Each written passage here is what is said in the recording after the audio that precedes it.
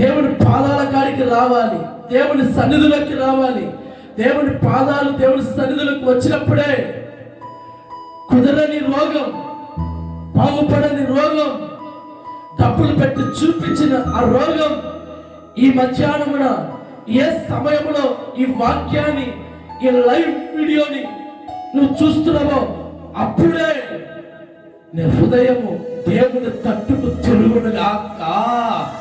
దేవుని తట్టు తిరిగి పడి ఉన్నటువంటి నీ స్థితిని దేవుడు బాగు చేయబోతున్నాడు. కోరుకోండి, ఆశించండి.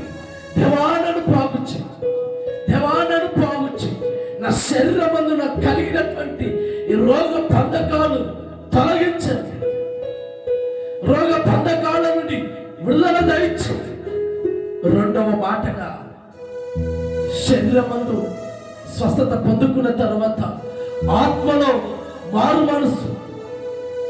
2000 దయ్యాలు పట్టి ఆ 2000 దయ్యాలు ముఖముడిగా అతనిని చిత్రహింసలు గురి చేసి ఇంటి పట్ట బ్రతకనివ్వక, సమాజంలో బ్రతకనివ్వక, గ్రామంలో ఉండనివ్వక, తనను నాశనకరమైనటువంటి, ఎవరు సంచరినటువంటి భయంకరమైనటువంటి సమాధులు కలిగిన తోటలో నివసింపచేస్తూ, గాయాల పాడు చేస్తూ, రోదన వేదన కలిగిన వ్యక్తిగా ఉన్నాడు. ఆ వ్యక్తిని దేవుడు బాగు చేశాడు. శరీరంకి అయినటువంటి గాయాలను కట్టాడు.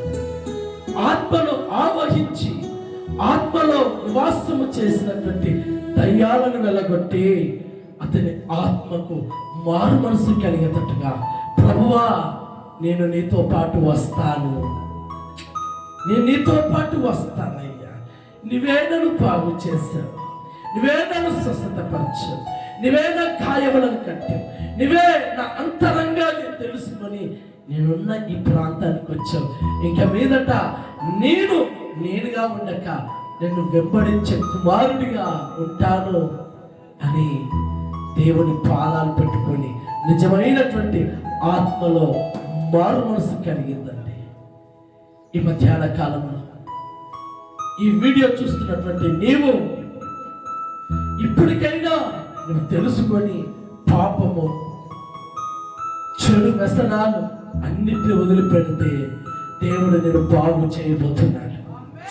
ఎంతలా బాగు చేస్తాడంటే నిన్ను ఒక ఉన్నత స్థితిలో ఎక్కించే వ్యక్తిగా చేయబోతున్నాడు. అందుకనే ప్రభువా నా పాపాన్ని నేను తీసివేసుకుంటాను, నన్ను బాగు చేయ.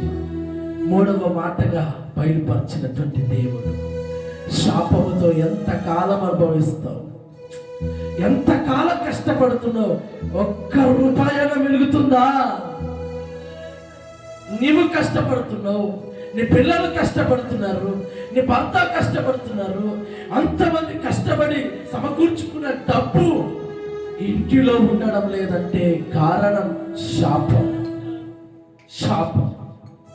అమ్మా నీవు నా పాదాలు కడిగావు తల్లి, నీ తల వెంట్రుకలతో నా కాళ్ళను తుడిచావు. అందుకే నువ్వు చేసిన పాపములకు కలగబోయే శాపము ఈ రోజుతో విస్తారమైనటువంటి పాపములు క్షమించబడి ఉన్నాయి అని చెప్పాడు. నిజంగా ఆలోచించండి. ఆ సహోదరితో ఆ మాట అనకపోతే ఆ పాపము వలన వచ్చే శాపము ఎంత తరాలను వెంబడించేది. నీ మీద ఉందేమో శాపము, నీ మీద వెంబడిస్తుందేమో శాపము. నీ పితరులు చేశారేమో, మీ తాత వాళ్ళు చేశారేమో, మీ అప్ప వాళ్ళు చేశారేమో, మీ నాన్న వాళ్ళు చేశారేమో, మీ అమ్మ వాళ్ళు చేశారేమో. ఆ చేసిన తప్పుడు ఏ కుటుంబం ఏడ్చి కగ్గోలు పెట్టిందో, ఏ కుటుంబము ఏడ్చి నాశనం కోరుకున్నదో ఆ శాపమే మన పిల్లలను వెంటాడుతుందేమో. అందుకే ప్రభు సన్నిధిలో 18 సంవత్సరాలుగా స్త్రీ దేవుని పట్టుకుంది. వెంటనే శాపము నుండి ఒక్క క్షణంలో విడుదలైంది. సహోదరి, ఈ వీడియో చూస్తూ ఉన్నావు, సహోదరుడా ఈ వీడియో చూస్తూ ఉన్నావు, వింటూ ఉన్నావు. ఏదో నేను శాపం వెంబడించుకుంటూ వచ్చింది. నువ్వు చేయకపోయి ఉండొచ్చు, నువ్వు నీతివంతుడై ఉండొచ్చు, నువ్వు యథార్థవంతుడమై ఉండొచ్చు, నువ్వు భక్తి పరుడమై ఉండొచ్చు, నువ్వు న్యాయవంతుడై ఉండొచ్చేమో, కానీ నిన్ను కన్నటువంటి నీ తరము వారు గతించిపోయారు కదా. గతించిపోయిన ఆ తరము వారు చేసిన పాప దోషమును బట్టి శాపము వెంటాడుతూ ఉంది.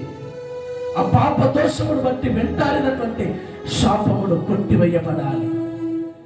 అబ్రహాం చిన్న నిర్లక్ష్యం, 400 సంవత్సరాల శాపాన్ని అతడు మొయ్యలేదు, కానీ అతని తరపు వారు 400 సంవత్సరాలుగా నిలుచున్న వారు భరించారండి. అంతటి శాపం అండి. ఆ శాపాన్ని నువ్వు మొయ్యలేవు. 18 సంవత్సరాలుగా నడుము వంగి బలహీనురాలై పని చేసుకోలేక, సమాజంలో మర్యాదగా బ్రతకలేక, విలువ కలిగి బ్రతకలేక, రోడ్డు పక్కన కూర్చున్న వారందరూ కూడా ఎన్నో మాటలని తన జీవితం భ్రష్టు పట్టిపోయింది. అయినా ఇంకా నాకెందుకు ఈ చావు, ఇంకా నాకెందుకు ఈ బ్రతుకు, నేను చస్తాను, 18 సంవత్సరాలు నేల కసకపోయానని చావును వెతకలేదు. దేవుని మందిరాలే వెతికింది, దేవుని సన్నిధి వెతికింది. ఆ సన్నిధి ఆ దేవుడు వెతికింది కాబట్టి దేవుడు ఆమెను వెతుకుంటూ వచ్చాడు. ఆమెను వెతుకుంటూ వచ్చి ఆమె అనుభవిస్తున్నటువంటి శాపము, ఆమె భరిస్తున్నటువంటి 18 సంవత్సరాల నడుము వంగనము క్షణములో తీసివేశాడు. నేను ప్రార్థన చేయబోతున్నాను.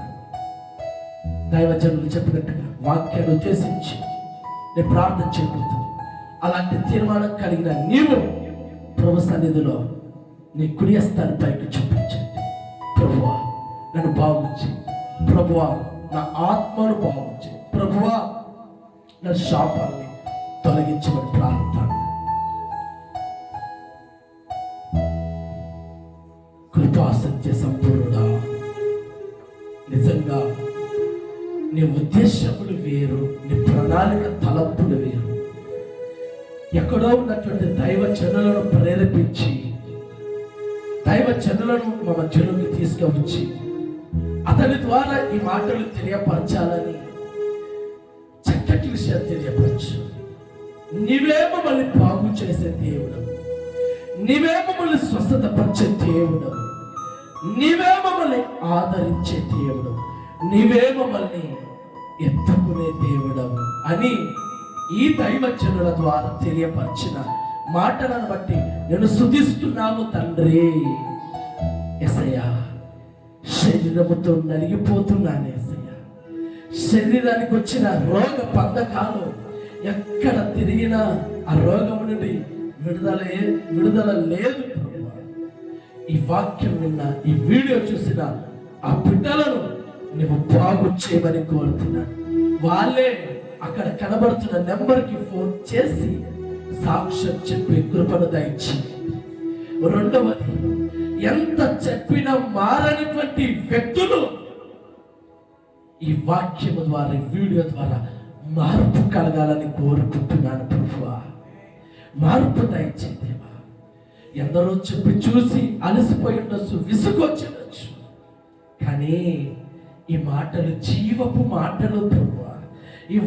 ఈ మాటలు హృదయాన్ని అత్తుకునే మాటలు.